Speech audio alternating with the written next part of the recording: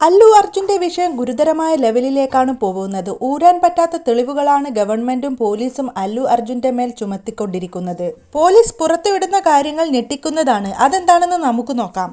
പുഷ്പ 2 പ്രമോഷന്റെ ഭാഗമായി രാത്രി അല്ലു അർജുൻ രോഹിണി തിയേറ്ററിൽ എത്തുന്നു. അവിടെ അല്ലു അർജുൻ വന്നതുകൊണ്ട് ഒരുപാട് പേർ എത്തിച്ചേരുന്നു. ആ തിക്കിലും തിരക്കിലും പെട്ട് രേവതി എന്ന് പറയുന്ന സ്ത്രീ മരണപ്പെടുകയും 10 വയസ്സുള്ള മകൻ വളരെ ഗുരുതര പരിക്കേൽക്കുകയും ചെയ്യുന്നു. നിലവിൽ വെന്റിലേറ്ററിൽ ക്രിട്ടിക്കലായി തുടർന്നു കൊണ്ടിരിക്കുകയാണ് ആ കുട്ടി. ഇപ്പോൾ പുറത്തു വരുന്ന വാർത്തകൾ അത്ര നിസ്സാരമുള്ളതല്ല. അല്ലു അർജുനെതിരായിട്ടുള്ള തെളിവുകളാണ് അവിടുത്തെ ഗവൺമെന്റും പോലീസും പുറത്തുവിടുന്നത്. ഹൈദരാബാദ് പോലീസ് സ്റ്റേഷനിൽ അല്ലുവിനെ ചോദ്യം ചെയ്യലിന് വിളിച്ചിരുന്നു. 2 മണിക്കൂറോളം ചോദ്യം ചെയ്തു. എന്നാൽ ഒന്നിനും കൃത്യമായി മറുപടി അല്ലു അർജുൻ നൽകിയിരുന്നില്ല എന്നാണ് പറയപ്പെടുന്നത്. അന്ന് അല്ലു അർജുന്റെ ഭാഗത്ത് നിന്നും ഗുരുതരമായ വീഴ്ച പറ്റിയെന്ന റിപ്പോർട്ടുകളാണ് പുറത്തു വരുന്നത്. അതിന്റെ ഭാഗമായി ഒരു അറസ്റ്റ് കൂടി രേഖപ്പെടുത്തിയിട്ടുണ്ട്. അല്ലു അർജുന്റെ ബോഡി ഗാർഡായ ആന്റണി ജോസഫിനെയാണ് അറസ്റ്റ് ചെയ്തത്. എല്ലാവരുടെയും ഡൗട്ടാണ് ഈ കേസിൽ എങ്ങനെയാണ് അല്ലു അർജുൻ കുറ്റക്കാരനാകുന്നത് എന്ന്. ഇവിടെ എല്ലാ മൂവിക്കും പ്രമോഷൻ നടക്കുന്നതല്ലേ. ഇതിന്റെ ഭാഗമായി എല്ലാ സൂപ്പർ താരങ്ങളും തിയേറ്ററിൽ എത്തിച്ചേരുന്നതുമാണ്. അങ്ങനെ ഒരു പ്രമോഷൻ അല്ലേ പുഷ്പ 2 നടന്നത്. അവിടുത്തെ തിക്കും തിരക്കിലും പെട്ടല്ല ആ സ്ത്രീ മരിക്കുന്നതും. അതിന് അല്ലു അർജുൻ എന്തു ചെയ്തു എന്ന നിഷ്കളങ്ക ചോദ്യമാണ് ആരാധകർ അടക്കം ചോദിക്കുന്നത്. രേവന്ത് റെഡ്ഡി ആണെങ്കിൽ രാഷ്ട്രീയം കളിക്കുന്നതാണെന്ന് പറയുന്നവരുമുണ്ട്. ഈ വിഷയം നടക്കുന്നത് ഡിസംബർ 4-ാം തീയതിയാണ്. ഡിസംബർ 2-ാം തീയതി Allu Arjun team road show നടത്തി തിയേറ്ററിലേക്ക് വരാനുള്ള അനുമതി ലഭിക്കുന്നതിനു വേണ്ടി പോലീസ് സ്റ്റേഷനിൽ ഒരു അനുമതി ലെറ്റർ കൊടുത്തിരുന്നു. അതിന്റെ ഭാഗമായി സ്റ്റേഷനിലെ SHO രോഹിണി തിയേറ്ററിൽ സന്ദർശിച്ചു അതിലെ കാര്യങ്ങൾ വളരെ ഗൗരവമായി മനസ്സിലാക്കുന്നു. ആ തിയേറ്ററിന്റെ കോമ്പൗണ്ട് വളരെ ചെറുതാണെന്നും ആൾക്കാർക്ക് ഇറങ്ങാനും കയറാനുമുള്ള എൻട്രി എക്സിറ്റ് ഒന്നേ ഉള്ളൂ എന്നും ഗേറ്റ് ഒന്നേ ഉള്ളൂ എന്നൊക്കെ മനസ്സിലാക്കുന്നു. അല്ലു അർജുനെ പോലുള്ള ഒരു സെലിബ്രിറ്റി ഇവിടെ എത്തുമ്പോൾ ആളുകൾ കൂടുമെന്നും ഈ സാഹചര്യം അപകടമുണ്ടാക്കുന്നതാണെന്നും മനസ്സിലാക്കി ഈ അനുമതി നിഷേധിക്കുന്നു. SHO ഈ ഷോ ഇവിടെ നടത്താൻ പറ്റില്ല എന്ന് തീർത്തു പറയുന്നു. എന്നിട്ടും അല്ലു അർജുന്റെ ധാർഷ്ട്യം കാണിച്ചുകൊണ്ട് ആ പരിപാടി നടത്തുകയാണ് ചെയ്തത്. മാത്രവുമല്ല മെട്രോ സ്റ്റേഷൻ മുതൽ തിയേറ്റർ വരെ താരം കാറിന്റെ സൺറൂഫ് തുറന്ന് കൈവീശിക്കൊണ്ടാണ് തിയേറ്ററിലേക്ക് എത്തിയത്. ജനങ്ങളെ ആകർഷിപ്പിച്ച് കൊണ്ടുവരിക എന്ന ലക്ഷ്യത്തോടു കൂടിയാണ് അദ്ദേഹം ഇത് ചെയ്തത്. അതുകൊണ്ട് തന്നെ ആ ചുറ്റുപാടുമുള്ള ആളുകളെല്ലാം തന്നെ അല്ലു അർജുനെ അനുഗമിക്കുകയും തിയേറ്ററിലേക്ക് തള്ളിക്കയറുകയും ചെയ്തു. ഓൾറെഡി അന്ന് അല്ലു അർജുൻ വരുന്നത് പ്രമാണിച്ച് തിയേറ്ററിൽ ആളുകളുടെ തിങ്ങിക്കയറ്റമുണ്ട്. അതിനിടയിലാണ് ആളുകളുടെ ഈ കടന്നു കയറ്റം കൂടി.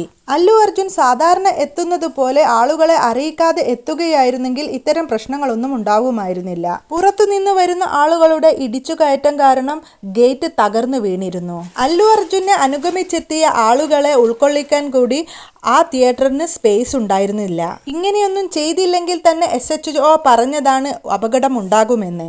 ഗവൺമെന്റ് അന്ന് അവിടെ സംഭവിച്ച CCTV ഫുട്ടേജ് പുറത്തുവിട്ടതാണ്. അതിൽ നിന്നും ഞെട്ടിക്കുന്ന കാര്യങ്ങളാണ് പുറത്തു വന്നത്. തിയേറ്റർ ശരിക്കും അനിയന്ത്രിതമാവുകയും ഉന്തും തള്ളും നടക്കുന്നു.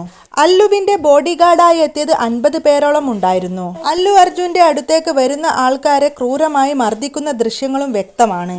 ആന്റണി ജോസഫിന്റെ കയ്യിലെ വടികൊണ്ട് ആളുകളെ അടിക്കുന്ന ദൃശ്യവുമുണ്ട്. അത് കാരണമാണ് അയാളെ അറസ്റ്റ് ചെയ്യേണ്ടി വന്നത്. ആ തിക്കിലും തിരക്കിലും പെട്ട് ഒരു അമ്മ മരിക്കുന്നു. അവരുടെ മകൻ ഗുരുതരാവസ്ഥയിൽ ഹോസ്പിറ്റലിൽ കഴിഞ്ഞു വരികയാണ്. അവരെ ഉടനെ ആശുപത്രിയിൽ എത്തിച്ചെങ്കിലും അമ്മ മരണപ്പെടുന്നു. പ്രശ്നം വളരെ മോശമാകുന്ന സാഹചര്യത്തിൽ അല്ലു അർജുനെ കാര്യങ്ങൾ ധരിപ്പിക്കാൻ പോലീസ് ശ്രമിക്കുന്നു.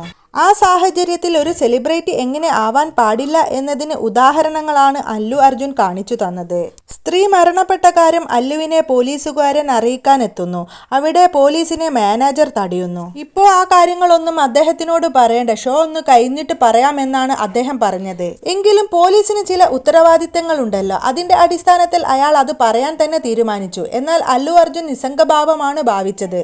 താങ്കൾ ഇവിടെ നിന്ന് ഉടനെ പോകണം, അല്ലെങ്കിൽ ഈ പ്രശ്നം രൂക്ഷമാകുമെന്നാണ് അദ്ദേഹം അറിയിച്ചത്. എന്നാൽ ഈ ഷോ കഴിയണമെന്നാണ് അല്ലു അർജുൻ പറഞ്ഞത്. അവസാനം ആ സംസ്ഥാനത്തിന്റെ DGP ഇടപെട്ട് അല്ലുവിനെ വിളിക്കുന്നു.